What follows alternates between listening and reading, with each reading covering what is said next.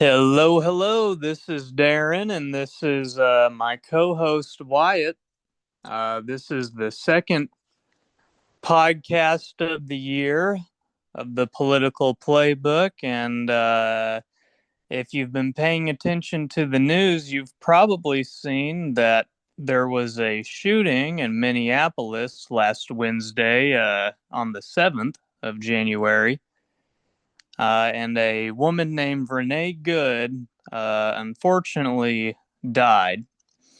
And I'm going to try and reduce my uhs in this podcast. We'll see how it goes. But I'm going to give the listeners a breakdown of all the videos I've seen, and I'm going to lay it out as neutrally as possible. I'm going to, just not show any bias and just only show the facts, and then we will discuss the matter afterwards. So here it goes. A breakdown of all the videos I've seen is that a maroon Honda Pilot is blocking one lane of a snowy residential street.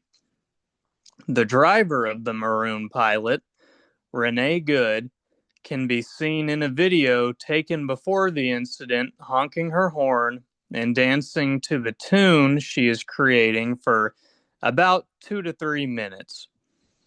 She can be seen waving on and letting multiple, presumably civilian vehicles pass before being confronted by law enforcement.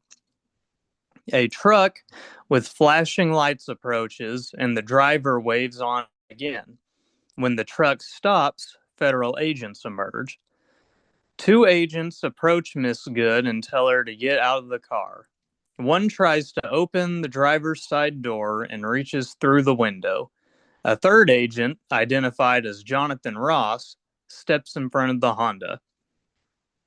Before I go any further, I'm going to bring us a little back in time to about the middle of this incident because I'm going to share the perspective of another video, which I assume we will not be able to share on YouTube.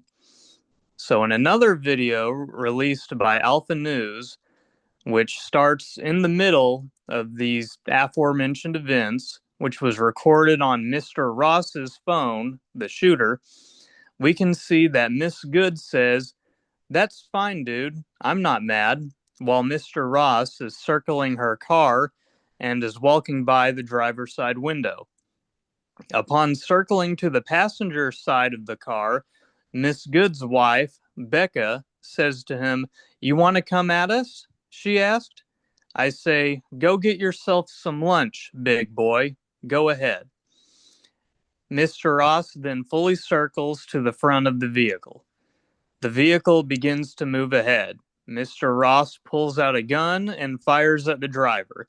It is unclear if Mr. Ross was hit by the vehicle or not. He continues to shoot as the vehicle moves past him. The Honda accelerates and then crashes. Mr. Ross approaches the vehicle, then walks away and tells other agents to call 911. All right, so that was my summary of events from the start of the incident to the very end. Wyatt, is there anything you would add that I perhaps missed, or any context I might have forgotten to lay out? I tried to keep it as neutral and facts based as possible.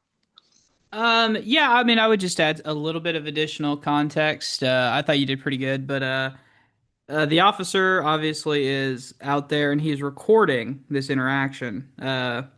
And one thing I might add is he walks around the car, he gets the plate number because, I don't know why. Maybe he thinks, he has enough evidence to prove that they are interfering with a detention or whatever. So he's like, we're going to come back and press charges. But he walks around the car, he's filming, and then he fires obviously three shots. But before he actually fires a shot, it is interesting that he moves before the car is put into drive. He actually pulls the phone from his right hand to his left hand, so that way he can have his gun hand free. So, we'll get into that later. Well, Other than that, we can just hop right into it. So go for it.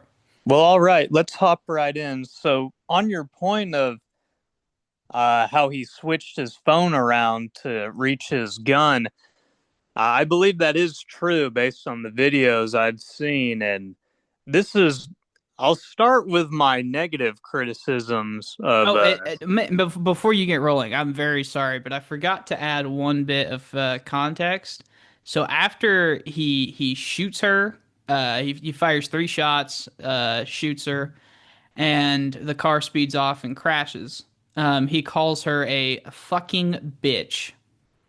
oh, yes. Yeah, I didn't include, yeah. Now, I apologize for cutting you off, but I just wanted to include that because it will be very important later, for at least my side of things. So go ahead. Yeah, I neglected to include that. That is my bad. I had forgotten that detail. But back to, I guess, my criticisms of Jonathan Ross before I lay out my defense of him, because I guess uh, uh, spoiler alert, I will be defending him in this episode. Uh, my criticism is that he seemed a tad trigger happy. So, as Wyatt mentions, he moved his phone so that he could go for the gun.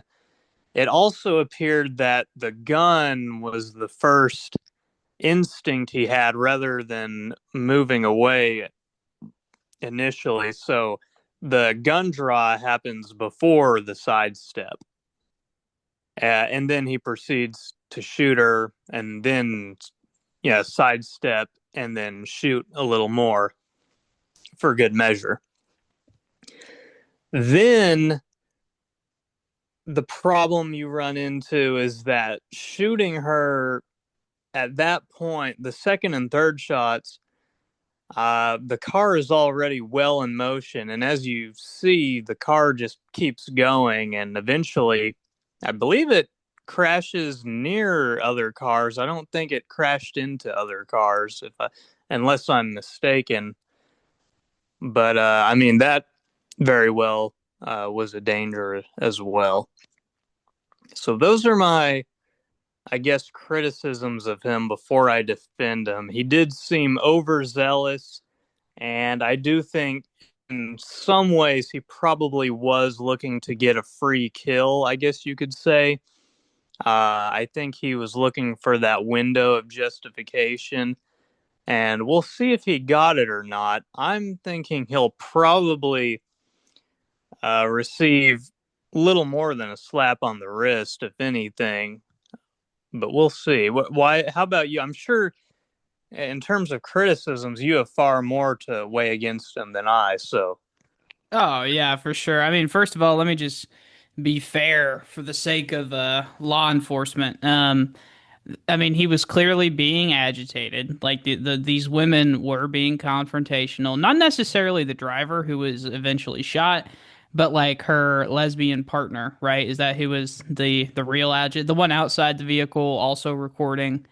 Um, yes, her words were far more inflammatory, I think. Right. And don't get me wrong, the ICE agent is walking around, he's the one with the gun, he's the one that's supposed to be calm and collective. Like that's my criticism is like you're supposed to be the one that's calm under pressure. And um he just wasn't. He was clearly irritated. Like even in his own video where he's recording like his POV, he's clearly agitated. He's clearly pissed off. And obviously, he showed no remorse for it. It didn't seem to me like a self-defense killing. It seemed almost premeditated. Because, like I said, he switches the phone. So he walks in front of the car. I mean, that's his own decision. There was no need to do this. They were trying to apprehend her, open the car door. There was no need to walk in front of the car, right? He walks in front of the car, putting himself in a dangerous position, right? There's no amount of training that would ever sign off on what he did. And then obviously the lady speeds up. granted away from the officer, but she still, let's just say she makes contacts with him. She wasn't trying to run him over, I think is a fair assessment, but she did make contact, right? And of course, this is exactly what the dude needed. And he, pulls his gun out, bang through the front windshield, bang, bang through the side windshield. And then instead of rushing to help her and rushing, like immediately calling for 911, he says, fucking bitch. I mean, that's a quote from an officer, that he said against a civilian, the very civilian that he swore an oath to protect. I mean, I'm not trying to, you know, be cringy here, but I mean, like the whole point of federal law enforcement is to enforce the Constitution and the federal laws of this country. And we have a guy who has no remorse over the fact that he just killed a civilian in the line of duty who was unarmed, who posed no risk to him whatsoever, and was trying to flee the scene. Like, I mean, give me a break here. And I'm not saying she was perfect. I mean, I would not advise, just for the audience, I would not advise fleeing from federal law enforcement if you've done nothing criminally illegal. I would not advise that. This woman made mistakes. There's no doubt about that. But the fact is that none of the mistakes that she made were anywhere near the level of taking a life like this officer did. All right. I mean, we're apples and oranges to me, but I feel like I've monologued here. So if you want to respond to anything I've said or just give your take overall, let's do it. Oh, you're fine. Yeah, I'll start to try and give my takes on certain points you had, and we'll see. Maybe I'll give my entire take.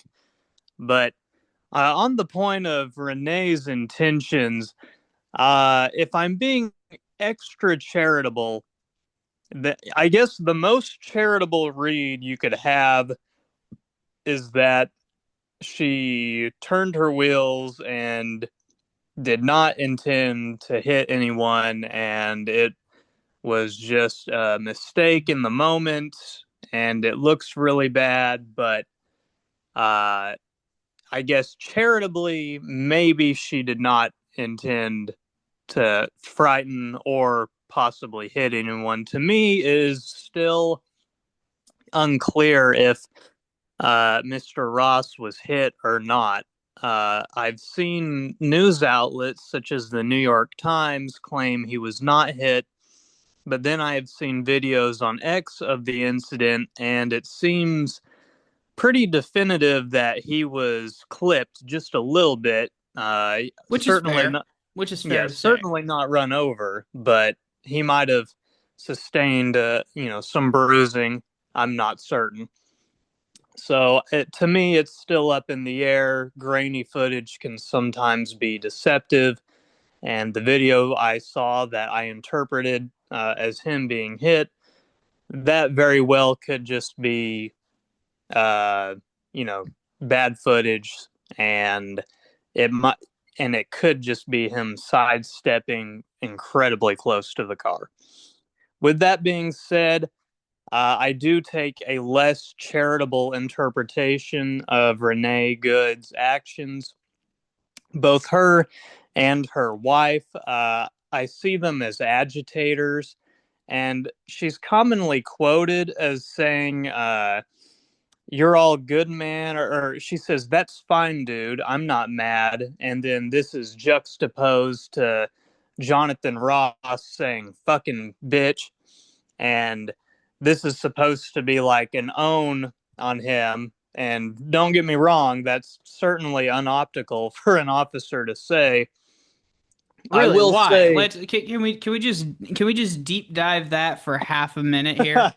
Let's talk about why you said it would be quote unoptical to say. I mean, as far as I'm concerned, that's a statement of evidence to motive, right? Like if I'm a prosecutor, which we'll get into the legal consequences later, but I mean, how would that not go to the fact that this dude didn't feel threatened? He didn't scream, he didn't say oh no, he didn't show any remorse. His sole like verbalization in that moment was to degrade the person he just shot in cold blood, right? Like, I mean, you defend it to me, Darren. Like, and but you know, You don't have Well, to defend this. when Leave you're this blood, to the no, I soulless will. fucks in bureaucracy. Leave it to them. Leave it to the people who are forced to, or they will lose their job to defend this. You personally don't have to. When That- your blood pressure is spiked, when you have a spike in cortisol or whatever, sometimes profanity leaks out. I know I've certainly had a road rage incident or two, and I've screamed all kinds of things I can't scream on, certainly on this show. So yeah, I mean, I think it was a high stress situation. okay. I think calling her an effing B word is, I mean, it doesn't look good for him, but I could see myself doing the same if I just shot Okay, but somebody. right. But here's my thing. Should such a person even be in federal law enforcement? Right? I mean this goes to another incompetency within the administration. They're not really doing their job in terms of making sure the right people are in these positions. Because like this dude just seems like a total lack of discernment. Like he was unable to make the right decision when it mattered the most, and somebody's dead because of it. Somebody is now dead because of this dude's inability to, be calm in a moment where there was no need to overreact. Well, we'll go back to Jonathan Ross's qualifications. I did want to circle back on a point Sure, go ahead. of Sorry. Renee Good. No, you're good. You're good. I did want to circle back on Renee Good's intentions and why I interpreted her in a less charitable light, her actions that morning. And this is because back to that quote where she said, "That's fine, dude. I'm not mad." If you read just the words, that actually sounds like a very affable thing to say. But I did watch the video, I saw her face, and to me, it seemed like it was just dripping with condescension and mockery. So I don't think it was that's fine, dude. I'm not mad at all. I think it was more of like a taunting. And I think this, uh, taken in the context of what her partner said, Miss Good's wife, Becca, says to him immediately after, "You want to come at us? I say, go get yourself some lunch, big boy. Go ahead." I think that they're obviously mocking him. And when she goes and accelerates, I've seen this video from multiple angles, and he, Jonathan Ross, sidesteps the car. He sidesteps the car. And I don't think his life was ultra in danger, but let's imagine if he did not sidestep. If he did not sidestep, No at the way. very least, he would have been clipped. At the worst, he would have been ran over. Because every video we've seen, I think it's undoubted that he sidesteps. So with this in mind, I do think she was attempting to at the very least scare him, and this is the most charitable interpretation I can offer Miss Good. At the worst, she was actually trying to hit him or run him over, but I think giving the given the evidence, the most charitable read I can say is that she was trying to scare him or mock him a little more by kind of forcing him out of the way with her car. What do you think about that? Because he did have to sidestep. I I don't even know what to say. Like this is this is psychotic. This is psychotic what you're saying. The mental gymnastics you're having to do to justify what is just obviously a fuck up from the standpoint of law enforcement, right? I mean, this is very open and shut case. You know what I mean? From my opinion, right? And the fact that you're having to say, well, hypothetically, let's just imagine he doesn't sidestep. That I mean, do you fucking hear yourself? The level of blinders you're having to put on is just so beneath what I know you're intellectually capable of. And I don't think that people actually buy this shit. Like I said, and I said it at the beginning, and I'm going to say it again now. Let the people who are forced to defend this, and let's just everybody else call a spade and say that, yeah, he fucked up, he killed someone he probably shouldn't have killed. You know? Like, Well, look, I well, don't hold on. deny that he was overzealous, certainly, especially the last two shots. That was, I mean, by definition, unnecessary. But had he not sidestepped, would he have been hit? Had he not I believe sidestepped? so. I Had he believe not? so. That is an insane thing to say. And first of all, okay, let me just rewind. Let me just calm down and rewind.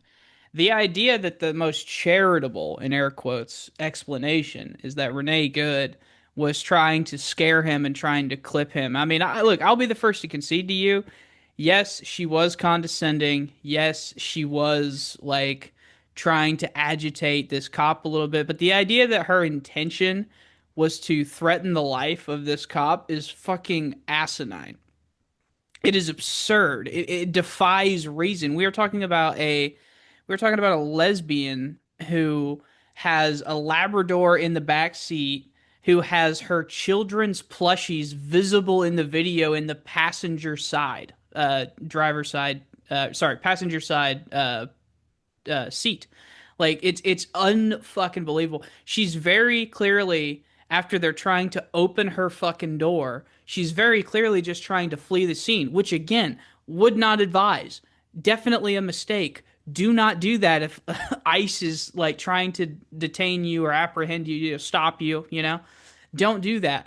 But the idea that this goes to her motive of trying to scare the cop or clip, like she's very clearly just trying to fucking leave, which I concede is not good, but it also is not a fucking death sentence either, okay? It's not. I And certainly think, I just sorry, this is the last thing I'll say. And I think the Kool-Aid that you were having to drink to justify this is fucking psychotic. That well, is. look, Go ahead. I think they both did things that I personally would not have done. For one thing, Jonathan Ross, I do think, was at some point during the incident looking for an excuse to kill her or punish her in some way.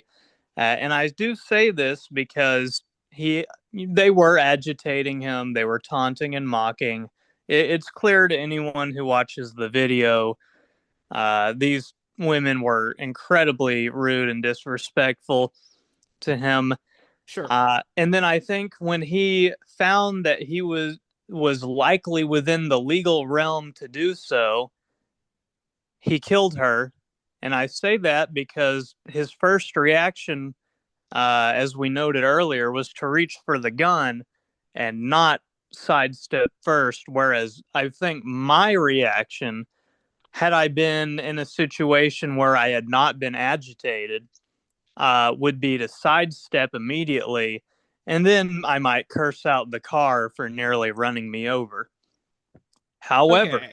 Go ahead. all that being said, since they are both in the wrong, I tend to side with the police officer because I find the actions of Renee and her wife Becca to be incredibly contemptible beforehand. And I think that he Okay. is technically legally allowed to do what he did.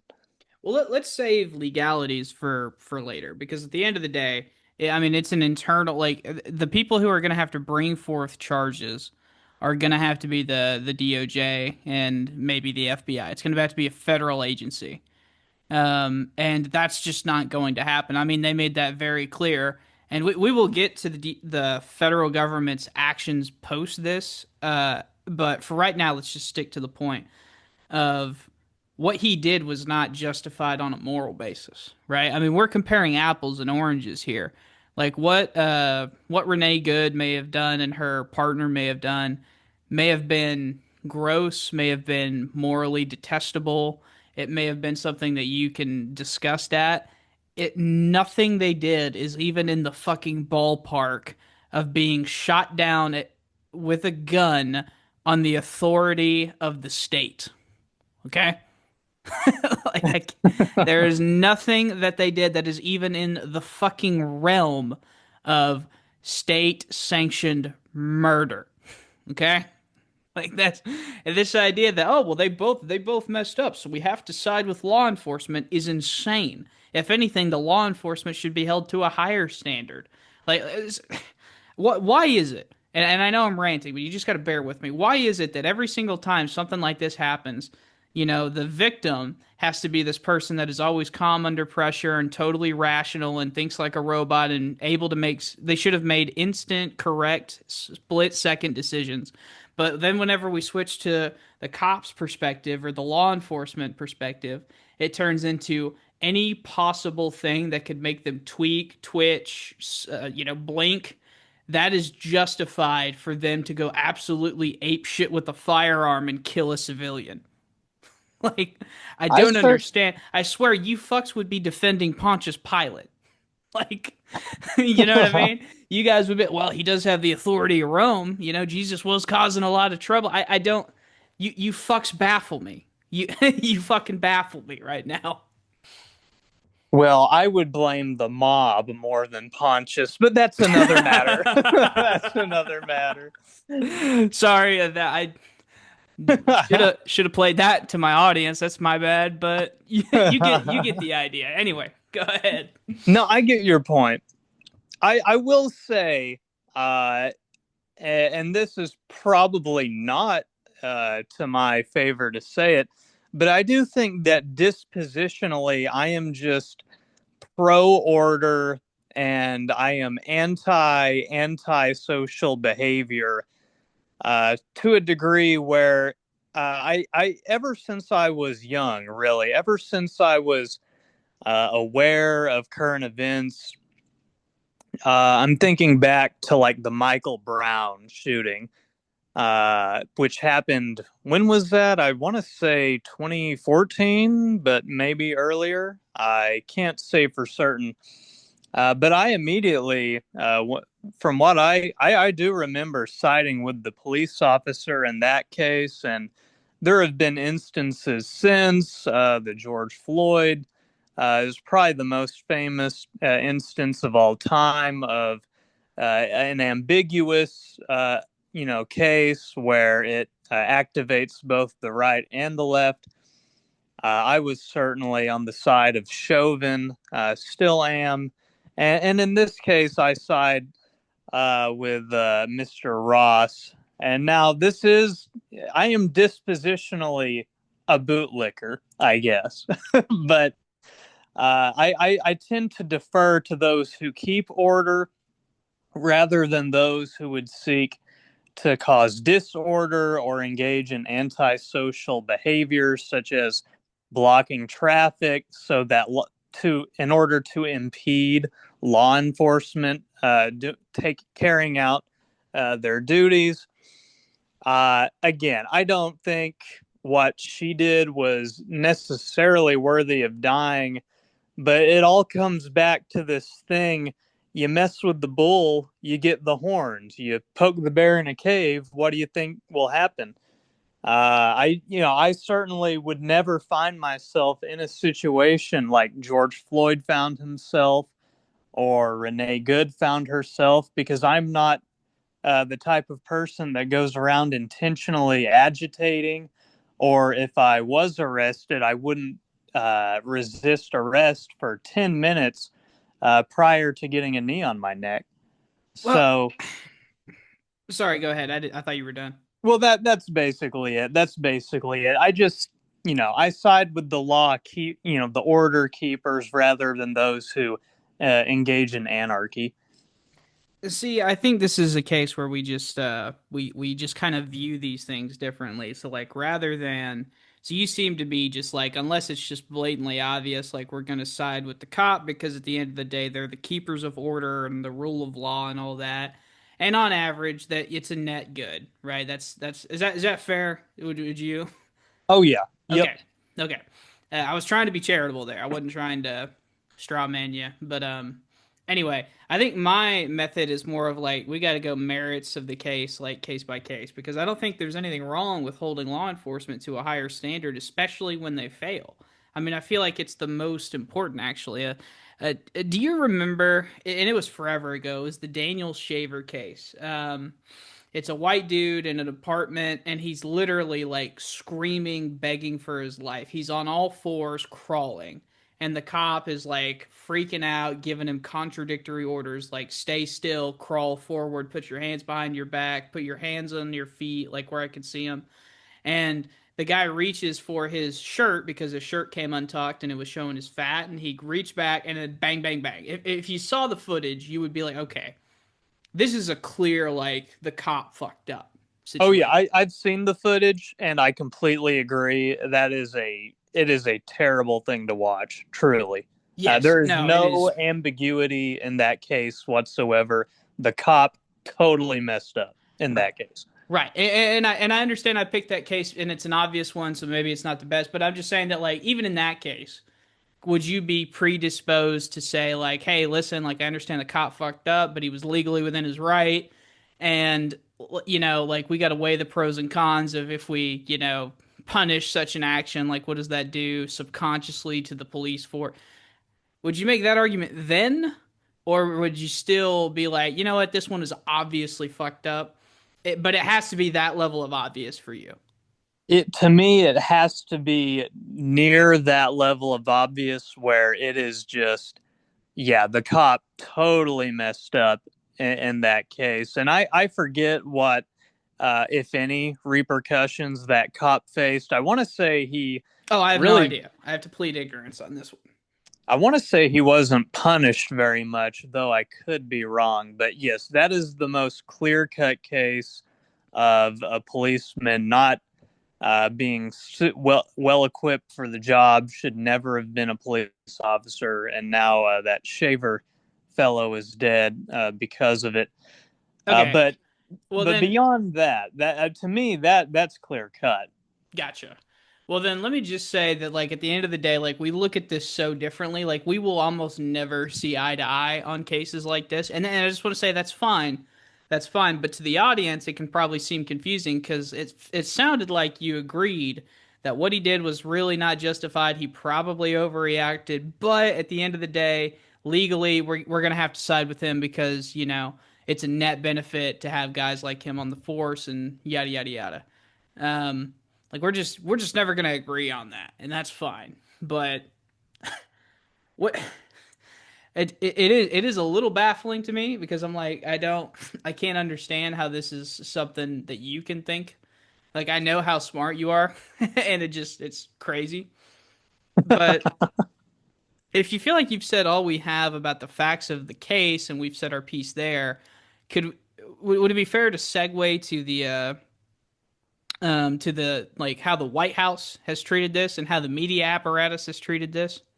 Oh yeah, go for it. The White House has not been good on this, by the way. But if you have like it written down, or if you can relay to the audience what the Sure. aftermath has been like, please do. So first off, let me just say, like, how the media has portrayed this. So, I mean, if we're calling balls and strikes here, I mean, this is a woman who has three kids, or had three kids, and she was married, and then her husband dies, and then she remarries a woman, and, like, she's literally like poet, white picket fence, liberal, woman, right? Literally a Labrador family white picket fence, right? And you show her getting executed by ICE, right? It's not quite the same thing as a thug or an illegal immigrant, or, like, it doesn't feel the same on Fox News. You know what I mean?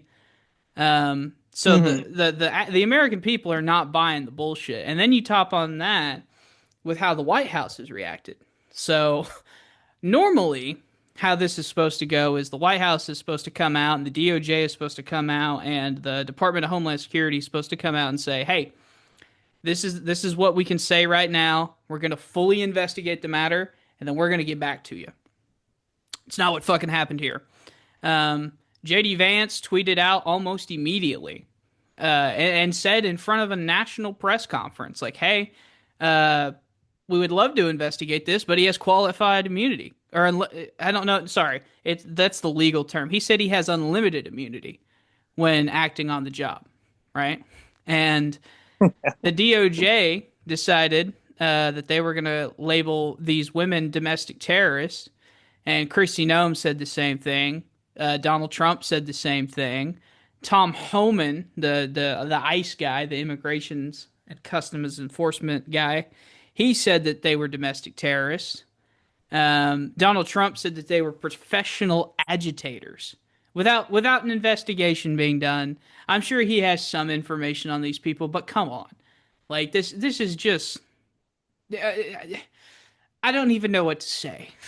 Like the dehumanizing of an American citizen being murdered by your police force. I mean, I don't even know what to say. That's where we are in American politics. It's just crazy. But you go ahead and you give your take, and you feel free to cover anything I missed. I was just kind of rattling off the top of my head what I could remember. Yeah, they've certainly used language I wouldn't have. However, domestic terrorist, I mean, that's pretty dramatic. I mean, that's a bit much even for me. I would say, I mean, obviously, if I was the president, and it was basically, my job to cover for these guys, I would say something along the line, I would stick up for my guy to the extent it was appropriate. I'm like, we're going to, do independent or an internal investigation, perhaps. I don't know if I would want to take it to trial. We'll see. But, I would come out in support of my guy without defaming the victim, the person who died of the shooting, certainly. But yeah, I think that's my main criticism is how they're characterizing the dead chick. It's like, okay, she's not really a domestic terrorist. She's just some woman who made a very bad decision. Yeah, we're talking like worst case scenario. Renee Good is like a shit lib, where she just, you know what I mean? Like Yes. that's the absolute worst case scenario. In all fairness to her, she's far more likely to be like, your gay lesbian neighbor who, you get along fine with at all the neighborly events, and then maybe you don't agree with her politically on everything. Maybe she goes a little too far. But, ultimately, she's a good person. You would trust her to babysit your kids. You would trust her to go pick up your kids. You would trust her if, like, your kids wanted to have a sleepover over there. And they're justifying the murder of this woman by the state. You know what I mean? Um, and they'll cry bloody hell over Ashley Babbitt, a woman who committed, federal felonies, right? And illegally entered a building and, was given every opportunity not to die, and they will defend her, right? But ultimately, I view this as it comes down to this: like, oh, okay, did someone on my side die? No, okay, then ultimately we're okay with it. If somebody on my side died, then we have a problem with it. That's where I feel like we are, and it truly makes me sad that that's where we are. I Just think just friend enemy distinction all the way around, and I'm like, I hate this. I think that basically is where we are because Ashley Babbitt, of course, had no business being there at January 6th. And you can obviously say that the Capitol Police exercised pretty good restraint For all on of that January day. 6th, honestly. Like Kristi Noem, the Department of Homeland Security secretary, that Jake Tapper was interviewing her, and he's playing. So he plays the clip of Renee Good and all that, and he's like, "So the use of force was justified here?" And she goes, "Well, of course, absolutely. Like we stand by our officer." And then Jake Tapper plays clips from January 6th, and he's like, "Would these cops have been justified in using lethal force?" And she said, "Well, I mean, let's think of it like this. Every single case is different." And, you can see the mental gymnastics turning. You know what I mean? Like, it's insane, and it used to be beneath the body politic. It is no longer. So, um, it's just insane. Yeah, I tend to agree, but it from the opposite way. I mean, back to my point of, mess with the bull, get the horns. I mean, both Ashley Babbitt and Renee Good were engaging in activity that, was highly dangerous. So, I mean, I'm not happy either of those people died, but on the same token, it's kind of like doing parkour in a on the rooftop of a city. I don't have really any ill will towards the people who do it, but if one of them slips and falls to their death, I'm gonna be like, well, What the fuck were you that's thinking? Type of thing. You know what I mean? yeah. Yeah, it's almost, I mean, this is gonna sound cruel, but it's almost Darwinian. I mean, play stupid games, win stupid prizes.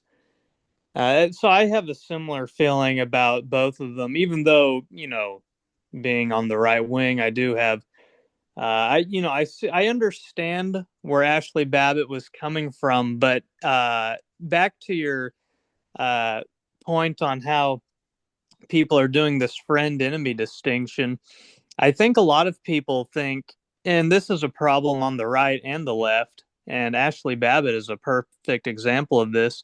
A lot of people think that their politics gives them special license to break the law or to Sure. impede law enforcement or engage in antisocial behavior.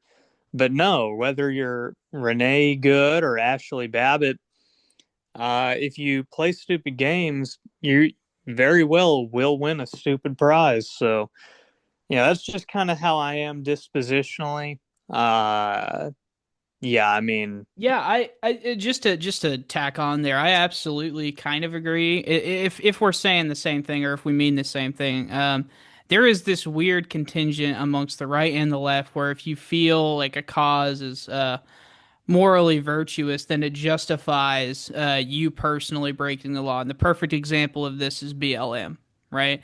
So they thought that they were rioting in the name of justice, if you can believe, you know what I mean? Like it was, they thought because of their position on George Floyd's murder that it gave them, credence to literally just do whatever the fuck they wanted, and obviously that's not right. You know what I mean?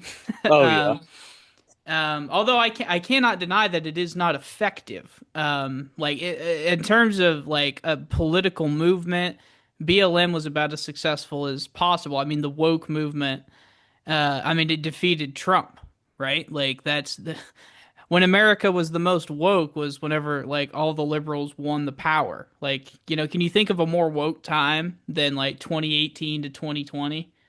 Like, oh yeah, oh I yeah. That so was so peak and woke. so I can't deny its effectiveness, but I would still say it's probably degenerate to our society.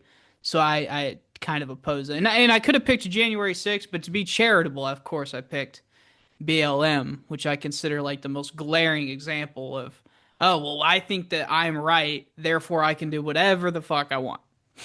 Like, Oh yeah, yeah. I mean, that which that makes no was sense. certainly the element there where people felt justified engaging in antisocial behavior just because it was for a good cause, which is just ridiculous. But Right. uh, let's go into because I think we're on in agreement here.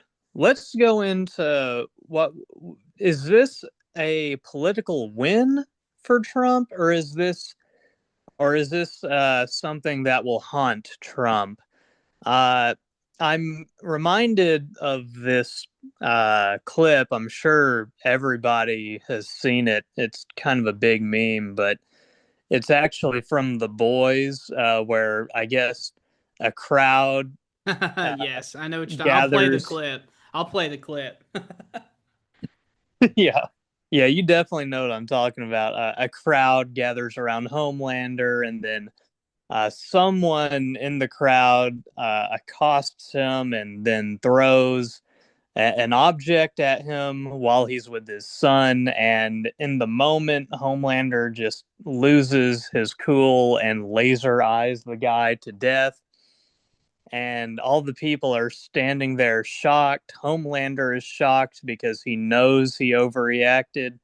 But then, to his surprise, they all cheer, and he's like, "Oh, all right, okay." And I kind of think that's in some ways how Mr. Jonathan Ross, or maybe even Trump himself, is feeling right now. Uh, what say you? Do you think this is a win? At least for Trump's base, do you think they're loving it, or do you think this will be really? Do you think this will hurt them in the future? Well, so whenever I'm making that calculation, my calculation is this: is come the upcoming election, which is November of 2026. Is this going to motivate more people on the Republican side who were not already going to vote for Trump? Is this going to engage them to get up and vote? Or is this potentially going to engage more Democrats in resistance to go out and vote if they otherwise wouldn't? So I don't know if I'm making sense whenever I say that, but I'm trying to see like how many net people does this engage to get off their ass and go vote. In that case, it has to be a political loser. So um, just because like the people that love this and the people that are fiending over this, they were probably already going to go out and vote. But the people who are on the fence or the people who are like, it's a fucking Tuesday. Do I want to take off work and go vote? Those people right now, especially in the Midwestern states where they need the House seats, they might be more likely to go vote, you know, because I mean, at the end of the day, and not to go all Hassan Piker, he seems to think that like because this woman was white, that there will be an additional like the Overton window will shift to the left on this one because the woman happened to be white. So white America will now be more prone to be anti law enforcement because this happened to one of them. And I don't have as much of a race based politics as him, but I do got to admit, I think it helps their cause. Like if this had been an illegal immigrant or a Hispanic person, specifically a Hispanic male or a Somali male, like, don't you agree that that would definitely help the Republican base more?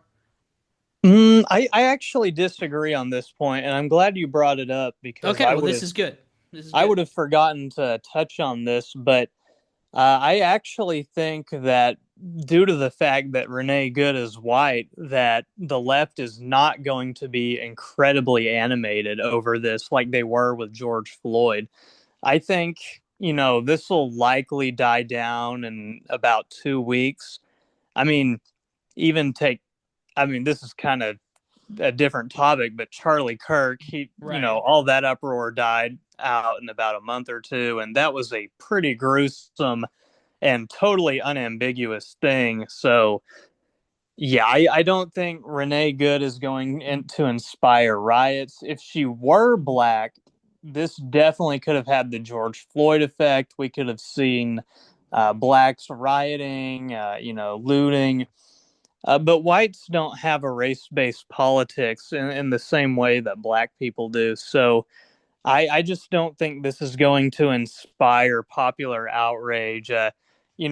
There's no white people really on social media, with the exception of some eccentric types that are mad that Renee Good died because she was one of them, racially. Whites just don't view the world that way. So I don't think it'll have anywhere near the consequences that Yeah, George Floyd did, or even Michael Brown or Trayvon for that Martin. Trayvon for that Trayvon for that matter. right.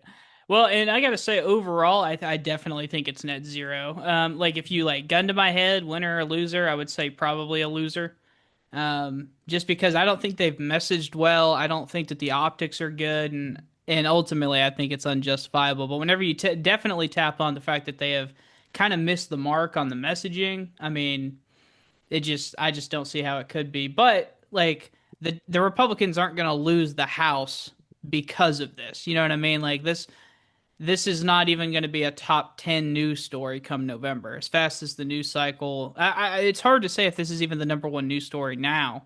You know, it's just kind of the day we live in. But yeah, I don't really think so. I think this is net zero at best. So Yeah, if the video were more visceral, yeah, as well, like with George Floyd, even though I personally feel that there's a lot of ambiguity there for a lot of people, that was kind of hard to reconcile, especially before the toxicology report was out.